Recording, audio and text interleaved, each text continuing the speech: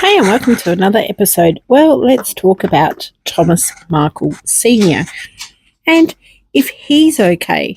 I mean, once upon a time, he was a proud father walking his daughter down the aisle of life. Now, he's a man watching from the shadows, doesn't even recognize his daughter anymore. He hasn't recognized his daughter for a number of years, obviously, since she met Harry. He claims that it was way before then. It was when she started going to the Soho house and interacting with people there that Meghan changed. She became better than everybody else. You know, what is the story of Thomas Markle, the father that Meghan Markle has left behind? What is the actual story? I know there's a lot of conflicting stories out there and people, putting out a lot of their opinions and whatever else about them, and that's totally fine. But I'm just wondering myself, is Thomas Markle Sr. okay? How does he feel about everything that's been happening lately in the media? How does he feel that, there's stories out there that Meghan Markle had a hysterectomy? Now, Thomas Markle Sr. knows this, obviously, being the father. And obviously he has receipts for certain things that I'm sure will come to light when the time is right. I mean, what about Meghan picking up her so-called frozen eggs, her embryos? Well, Thomas Markle Sr. knew all about that because obviously he was the one that was paying the bill. And that was her collecting those eggs so she didn't have to have any more communication with her dad. Why did she really ghost him? Was it really because she was too afraid he might say things about her past, the truth?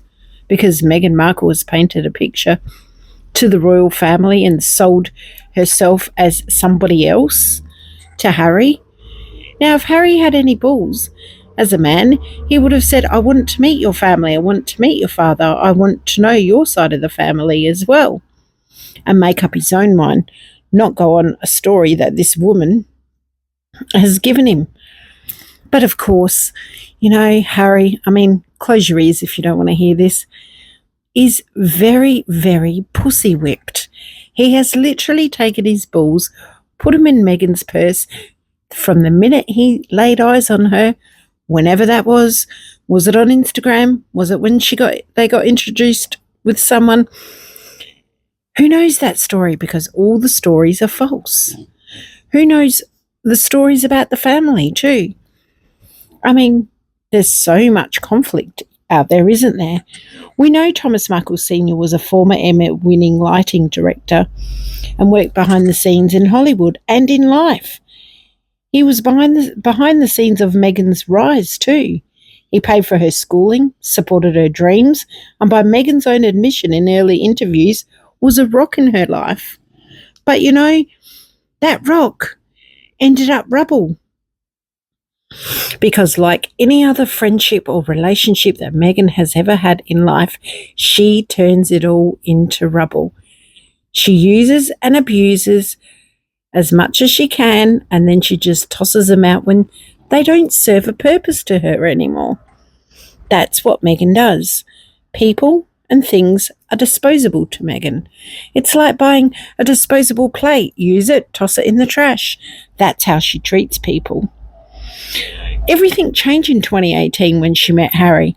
Just days before Meghan's royal wedding to Prince Harry, we know there was a media storm that broke out. Thomas was accused of staging paparazzi photos for money, something he later admitted and he apologised for. Like the man made one mistake, and she tosses him out, yet she calls the paps all the time and, puts out photos in her stupid car parks and wherever else.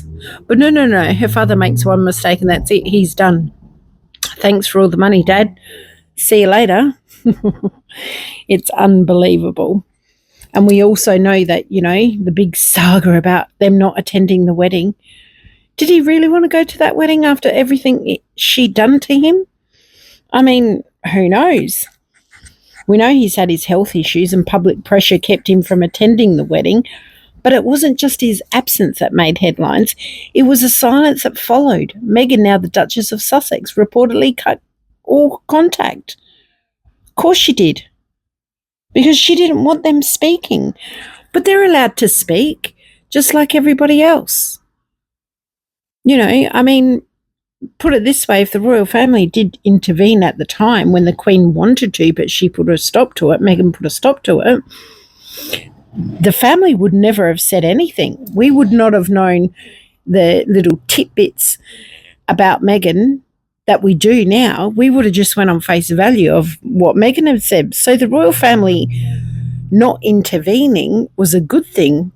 Meghan cut her nose to spite her face, in my opinion, in that way, because she should have said to the royal family, yep, gag them, shut them up, make sure they don't say a word. And we wouldn't have known nothing.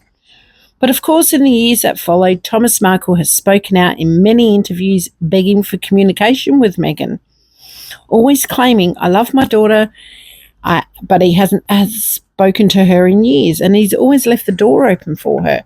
Like any parent, he just wants to know what he did wrong, where he went wrong. Surely it's not over one photo. I mean, really?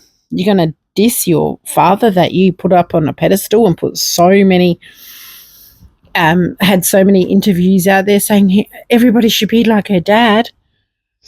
You know, the Markle family drama is played out in the headlines, courtrooms, and documentaries. Some say Thomas exploited the media. Others would say he has left no other way to reach his daughter than to go to the media. I mean, could he write letters? They might not get to her. Could he message her, call her? But then he'd probably get told he's a stalker. No matter where you stand on this one truth is hard to ignore, isn't it? A father and a daughter who once shared love and laughter are now completely estranged. Like, seriously. The mother went and did what she did to end up in jail and basically left her daughter out there. Thomas Markle could have said, no, I'm living my life and working, etc. You can go into a home for now until your mother's out of the cell. He could have done that, but he didn't. He didn't turn his back on his daughter. But she quickly, at the first sign of a sniff of money and fame, turned her back on her father. You know, yep, we all know that Thomas Markle Sr. is aging, his health is declining, and the clock's ticking. I mean, it's ticking on all of us. We don't know when the clock's going to tick off for us or stop. Whether Meghan ever reaches out again is a question only she can answer. She's never going to reach out. Never. Because it'll be her ego that she would never, ever reach out to her father because she just doesn't give a shit. I mean, I'm not talking about the siblings. I can understand her point of view there because I'm from a large family and the youngest of 10. And my brothers and sisters, when I was growing up, they're all married or left home.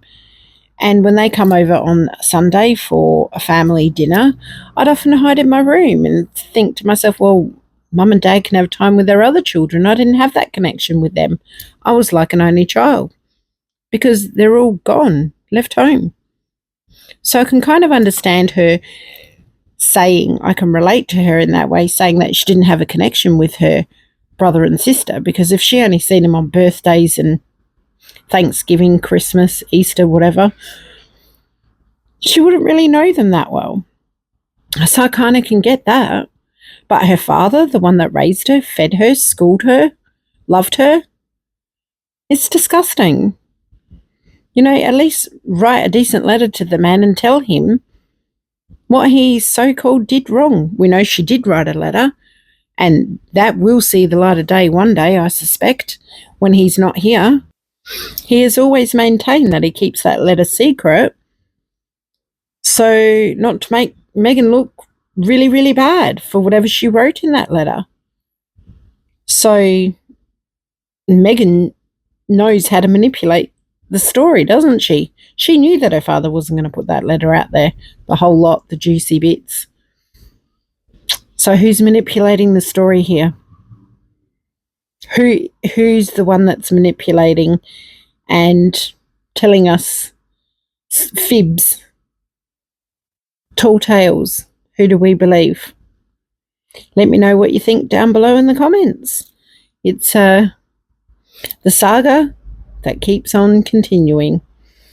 Anyhow, have a lovely day wherever you are in the world. Keep smiling. Stay safe. Bye for now.